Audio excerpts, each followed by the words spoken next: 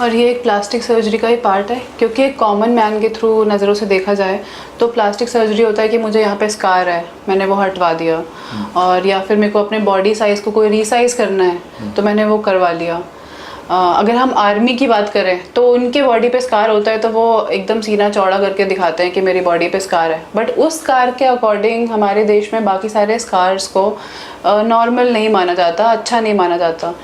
जो हम सोचते थे कि प्लास्टिक सर्जरी से हटा सकते हैं, तो इतना ही होता है प्लास्टिक सर्जरी, है इसका और कोई रूप भी है? प्लास्टिक सर्जरी तो एक बहुत बड़ी फील्ड है। आज की तारीख में आपको कहना चाहिए plastic surgeon is the modern day general surgeon. Okay. Why? Because general surgeon आजकल एब्डोमिनल की सर्जरी ज़्यादा करते हैं। लैप्रोस्कोपिक और रोबोटिक सर्जरीज में आ गए हैं जो कि एब्डोमिन की सर्जरी करते हैं, बहुत अच्छे रिजल्ट्स दे रहे हैं। बट एक वो प्लास्टिक सर्जन ही है जो हेड से टो तक ऑपरेट करता है। बॉडी के हर पार्ट की एनाटमी उसे पता होती है और बॉडी के कई पार्ट कहीं से कहीं निकाल के लगा देता है। बॉडी के उसे पता है कि स्पेयर पार्ट्स क्या हैं, कहाँ से लेने हैं, कहाँ लगाने हैं। और प्लास्टिक सर्जरी सिर्फ इस स्टीरियोटाइप में नहीं आता जिसे हम कहते हैं कि प्लास्टिक सर्जरी के एक्चुअली बहुत सारी सब स्पेशलिटीज़ हैं प्लास्टिक सर्जरी में, जिनमें मुख्य हैं सब स्पेशलिटीज़ कॉस्मेटिक सर्जरी। तो कॉस्मेटिक सर्जरी का जनरल पॉपुलेशन को आभास रहता है कि जैसे कि हेयर ट्रांसप्लांट सर्जरी है, फेस लिफ्ट सर्जरी है, राइनोप्लास्टी यानी कि नाक की शेप चेंज करना, ब्यूटिफिकेशन करना, लाइपोसक्शन है, बॉडी कॉन्टूरिंग है। इस तरह बहुत सारी सर्जरीज हैं जो कि कॉस्मेटिक सर्जरी में आती हैं। जनरली लोगों को आभास रहता है। रिकन्स्ट्रक्टिव सर्जरी ऐसी होती है कि कोई पार्ट बॉडी से निकल गया, या तो एक्सीडेंट की वजह से, इलेक्ट्रिकल बर्न की वजह से, कैंसर की वजह से वो पार्ट निकालना पड़ा, या बर्थ डिफेक्ट ही ऐसा था कि वो पार्ट था ही नहीं, तो उस पार्ट को दोबारा रिकन्स्ट्रक्ट करने को रिकन्स्ट्रक्टिव सर्जरी बोला जाता है। ओके। सो जैसे कि कैंसर हुआ, जॉ बोन निकाल दी तो दूसरी जॉ बोन बना दी।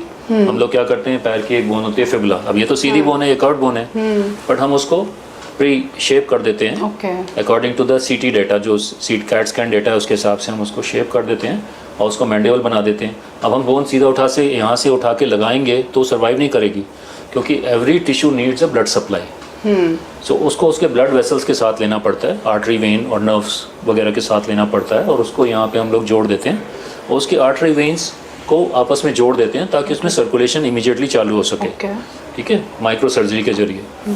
सो इस तरह बहुत सारी रिकन्स्ट्रक्टिव सर्जरीज करी जाती हैं। एक्सीडेंट ट्रॉमा होता है, लिम्ब सर्जरीज होती हैं। अब जैसे पैर या हाथ कट के अलग हो गया तो उसे रीप्लांट करना भी प्लास्टिक सर्जरी में आता है।